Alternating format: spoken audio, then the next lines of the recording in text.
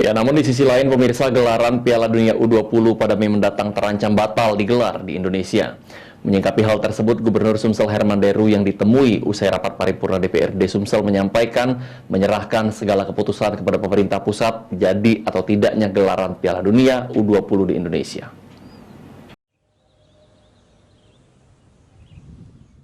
Pasca tertundanya undian Piala Dunia U20 di Bali akhir bulan nanti, menimbulkan banyak spekulasi jika Piala Dunia U20 bakal batal digelar di Indonesia.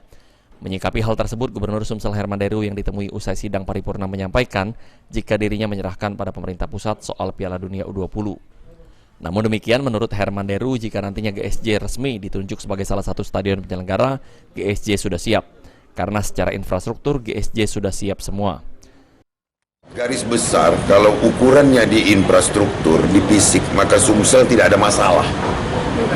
Nah, tapi kan kita serahkan kepada negara yang punya kewenangan untuk menunjuk bersama FIFA menunjuk 4. Sejauh ini Sumsel menurut Herman Deru masih menunggu kepastian dari pemerintah pusat terkait Piala Dunia U20 mendatang.